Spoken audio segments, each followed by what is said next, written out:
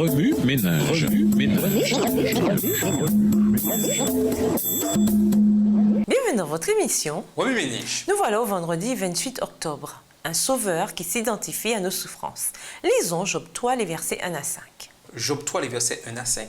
Après cela, Job ouvrit la bouche et maudit le jour de sa naissance. Il prit la parole et dit: Périsse le jour où je suis né, et la nuit qui dit un enfant mâle est conçu. Ce jour qu'il se change en ténèbres, que Dieu n'en ait point souci dans le ciel, et que la lumière ne rayonne plus sur lui. Que l'obscurité et l'ombre de la mort s'en emparent, que des nuées établissent leur demeure au-dessus de lui, et que de noirs phénomènes l'épouvantent. Pour conclure, la souffrance peut transformer en lâches les hommes et les femmes les plus courageux.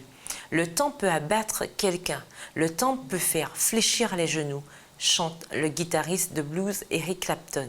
Il a écrit cette chanson après que Connor, son fils de 4 ans, soit mort suite à une chute du 53e étage d'un gratte-ciel de Manhattan.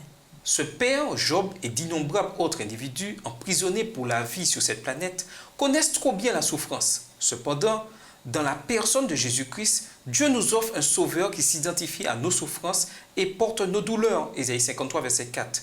Un sauveur capable de souffrir avec nous de nos faiblesses. Hébreux 4, verset 15. Nous pouvons ne pas avoir toutes les réponses aux tragédies, mais nous avons Jésus et cela suffit. Qu'offrent vos idées? Faites une liste des bonnes et des mauvaises choses qui se sont produites dans votre vie, ainsi que des circonstances où elles se sont produites. Faites ensuite un graphique linéaire des hauts et des bas. Quelle histoire votre graphique raconte-t-il? Cuisinez un plat spécial ou des friandises pour une personne en but à un défi important. Si vous ne connaissez personne ayant besoin de votre encouragement culinaire, appelez un centre de personnes âgées et demandez quel type d'aide vous pouvez apporter.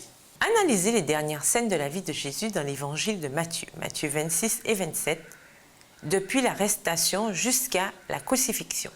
Tandis que vous considérez ces scènes, méditez sur la soumission complète de Jésus envers la volonté de son Père, même en face d'une grande injustice.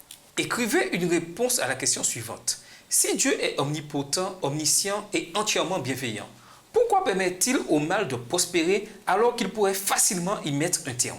Écoutez Evan's Children, un message de Clifford Goldstein, éditeur du guide d'études de la Bible, classe des adultes.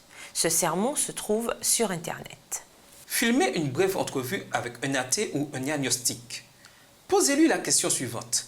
S'il n'existe aucun Dieu qui promet de juger les injustices de la vie, quel réconfort peut-on apporter aux victimes dont les auteurs sont restés impunis? Pour aller plus loin, nous vous invitons à lire Lamentation de Jérémie, les chapitres 1 à 3, le livre Vers Jésus, chapitre 12, Que faire des doutes, écrit par Ellen G. White. ainsi que le livre Le prix de la grâce, les chapitres 1 à 5, écrit par Dietrich Bonhoeffer. Au revoir. Et à demain si Dieu veut. Remue ménage.